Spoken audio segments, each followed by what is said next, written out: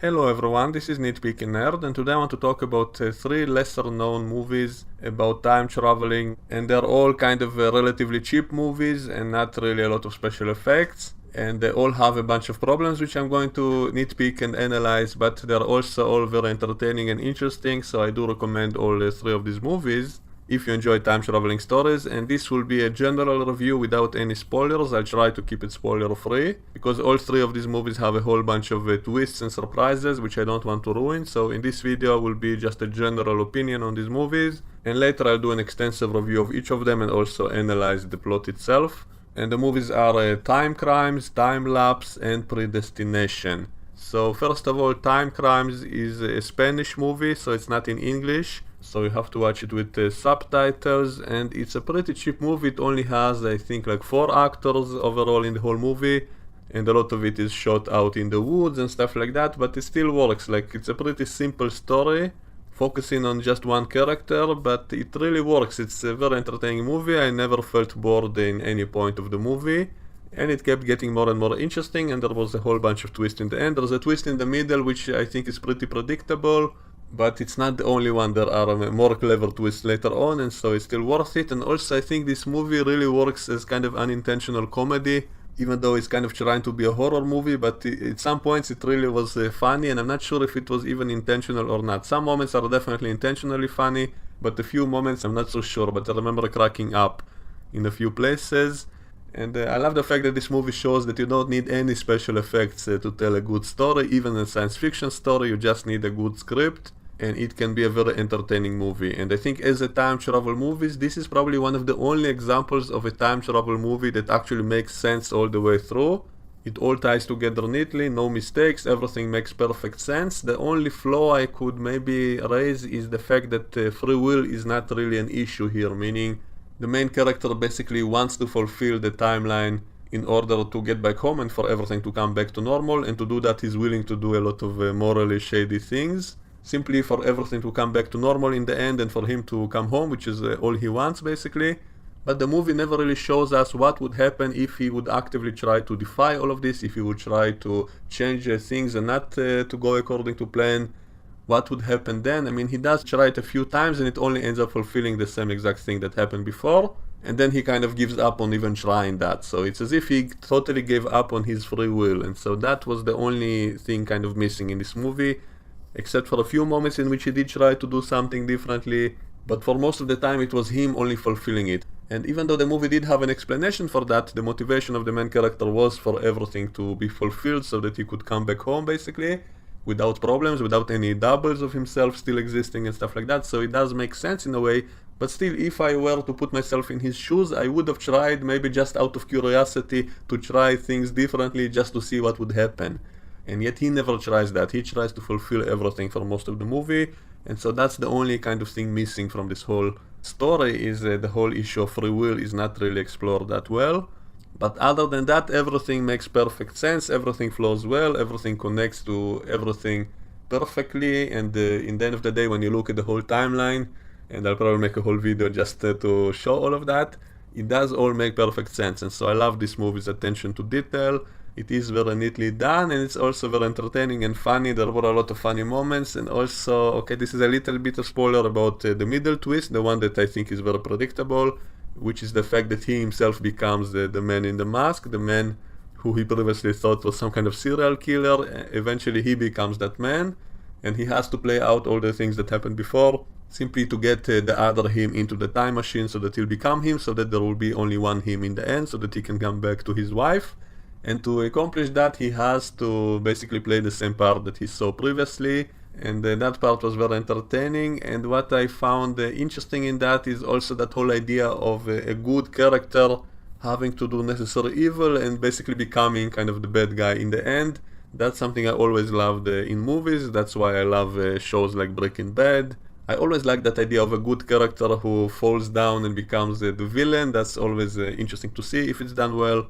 And so there's that element here as well, that is this guy basically is just a normal everyday guy who has to become almost like a serial killer, a rapist, monster, simply because he has to. And so that element of it is also kind of interesting, and it's also the reason for the title of the movie, Time Crimes.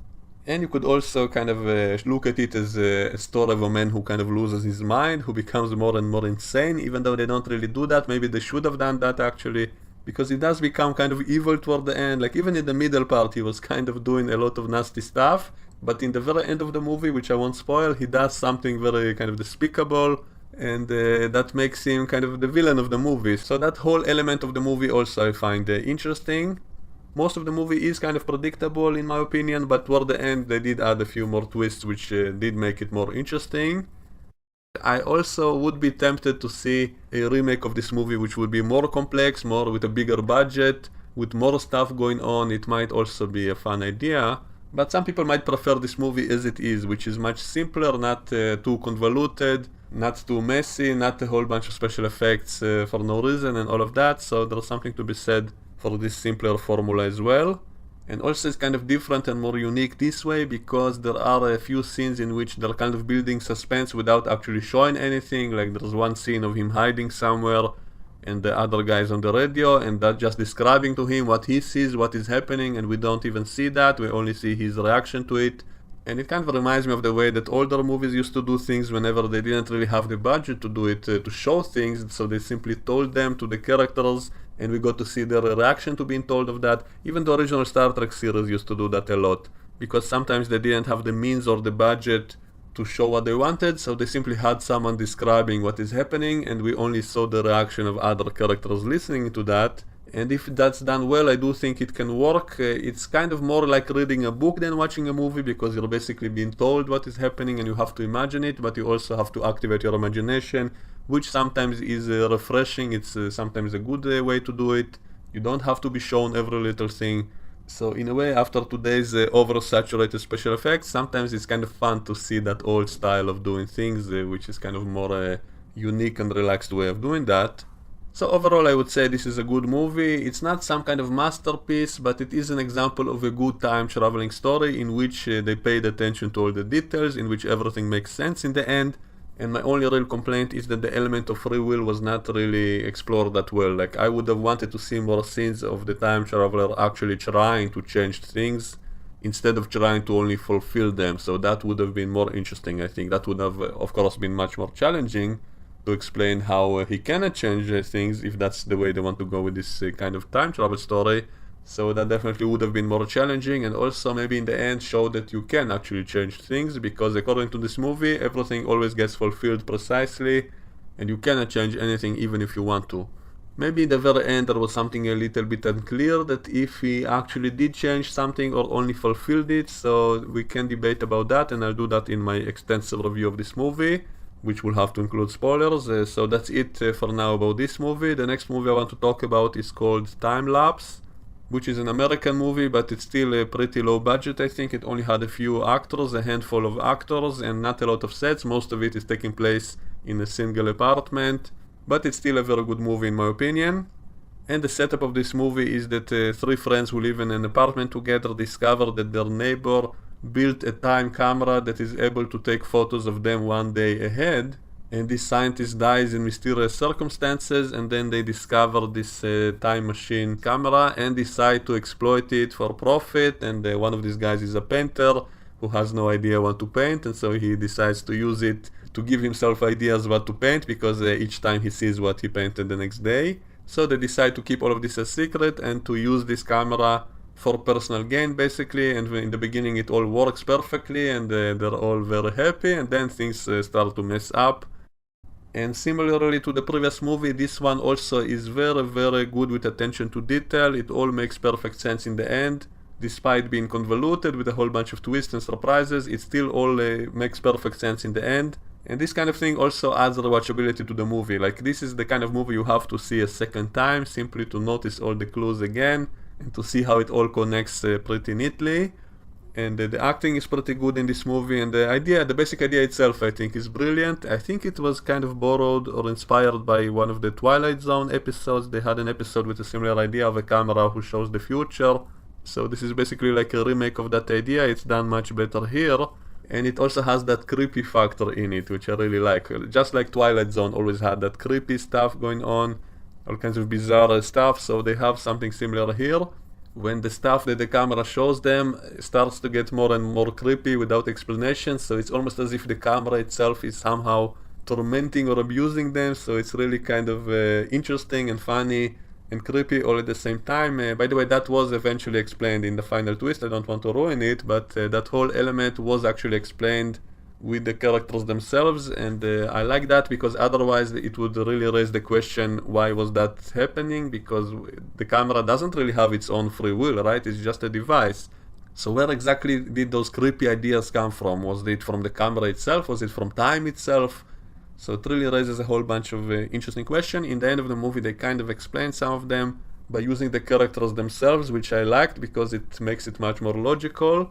But I remember the first time I watched this movie, I was really getting a kick out of that idea of when they added all those creepy factors in the middle. Also, just like in the movie Time Crimes, in this movie also it seems to be as if it's impossible to change fate, that it always happens the same way that it was predicted. Even if characters try to change something, it only ends up fulfilling it, which makes the whole movie very logical. It all works like a single timeline. You could draw it all out and it would all make perfect sense. And so part of me really likes that, but another part again is complaining that they again kind of miss the whole idea of free will being able to change things, because according to this movie you cannot really change anything even if you want to. And in the beginning of the movie they had a pretty good excuse for why they never even tried to do that, because of what happened to that scientist. They discovered that he had a diary, and in it he wrote that he's going to try to change stuff, and then they found his body and it looks as if he's been burned or something. So they assumed that because he tried to change the timeline, time itself somehow stopped him, and that's why he died. And so they're basically afraid to try to do that. They're thinking that if they try to change things, the same thing might happen to them, and so that's why they never even try it, until they have a very good reason to try to do it toward the end, when everything goes to hell basically. And yet still no one in the whole movie actually manages to change something that was in the photo of the future. I think it was done better here than in that movie Time Crimes, because at least they had a very good excuse in the beginning why they were afraid to do that, and in the end when they did try to change things, the movie was set up in a very good way to show how it still led to the same exact conclusion. So it was very well done, and also there was a very good twist in the end, which added a whole new dimension to everything that makes you want to rewatch the movie again, because there were other stuff happening off screen in the movie that you didn't previously see, but there were a whole bunch of clues to them. So if you pay attention from the beginning, you will see all of those clues, and then the ending will make perfect sense as well. And if you watch the movie, it will all make perfect sense despite this added convolutedness. And I like the fact that everything works perfectly. And again, I can't go into the detail without going into spoilers, so I'll have to leave that to my individual review of this movie. But I highly recommend it. It's very interesting, very entertaining, a very good time travel movie in my opinion. And the final movie I want to talk about is called Predestination. And this movie is based on a short story that I remember reading in childhood, and I really like that short story as well. So as I was watching this movie, I didn't know that it's based on that yet. I was watching it without knowing anything about it, and then somewhere in the middle I suddenly started recognizing all these elements, and I remember that story, and so it basically ruined the movie for me. I immediately knew all the twists, I knew exactly what's going to happen, and so I didn't get to experience this movie not knowing the story, and that's too bad. I really am curious to know what I would think of it if I was watching it without having read the original story. And I don't even know how I can talk about this movie without spoiling it. Let's just say it's one of the most convoluted time traveling stories that you ever saw. It does make sense in the sense that the time traveling itself, all the points connect perfectly, just like the previous two movies I was talking about. Everything can be drawn as a single timeline and it will make perfect sense on paper. However, there is a very basic idea that doesn't really make sense here, and that's, how can I explain? The idea of information coming from nowhere. Basically that's why the title of the movie is Predestination. It's basically a predestinational time loop paradox, and there's basically stuff in it that comes from nowhere outside of the loop, meaning it all depends on this loop existing, and there are things that are created out of this loop, basically out of nothing else outside of the loop. And this idea doesn't really make sense. If you think about it, even if you accept the idea of time travel, it still would be very hard to accept this kind of idea as shown here.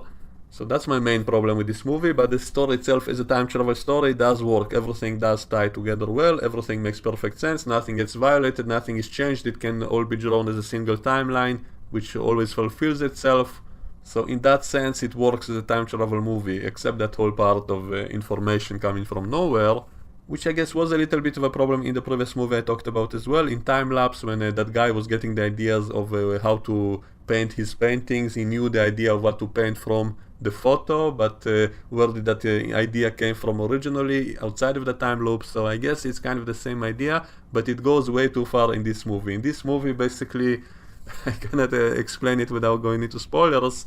Let's just say the basic idea in it is kind of flawed, and also it's kind of funny. I think this movie maybe would have been better off as a comedy, because it's kind of so outrageous, it's so convoluted, it's so fantastical that it would have worked better as a comedy. I remember when I read the original story, I was cracking up from it. It was really funny. I even remember when I read that original story as a kid, I remember thinking like, if this was made into a movie, how the hell would they even make it? Because that would be kind of laughable. It would only work as a comedy. And yet this movie took itself very, very seriously, trying to do this in a serious way. And I'm not sure it worked, because I was still kind of laughing from this whole basic idea. And yet the movie itself was totally straight-faced serious. And so I think it would have been better off as a comedy movie, at least slightly comedic, because otherwise it's kind of unintentional comedy in some places. And so I'm not even sure I can say it's a good movie. The movie did try to make it less predictable. It did add a few things which were not in the original story, simply to make it harder to guess the twist, because in the story we don't really see the characters, we only read about them, so it's easy to imagine different people as the different characters. And yet in a movie it would be harder to do, because if one actor is playing more than one character, you would be able to recognize that. But they changed that by adding all kinds of ideas like face swapping and stuff like that, basically to hide this twist so that the audience wouldn't be able to guess it. And that's why I'm so curious to know what would I have thought of this movie if I didn't recognize the story.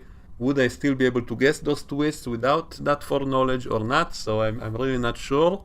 And I'm curious to hear what other people thought of that, if other people who maybe saw it without knowing anything, at what point did they guess the twist, if they did guess, and if not, how did they react to those twists. So I'm really curious about that.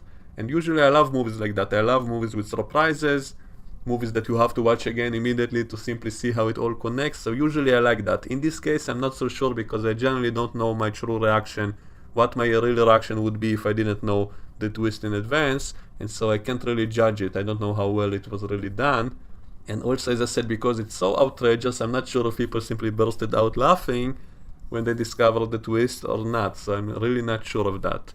So in the near future I'll do an extensive review of each of these movies and really go into all the details. So if you don't want to be spoiled about these movies, you should either watch them as soon as possible or avoid spoiler reviews about them, because all three of these movies should really be watched with as little foreknowledge as possible for maximum enjoyment, in my opinion.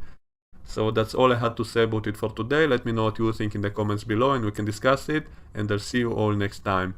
Bye bye.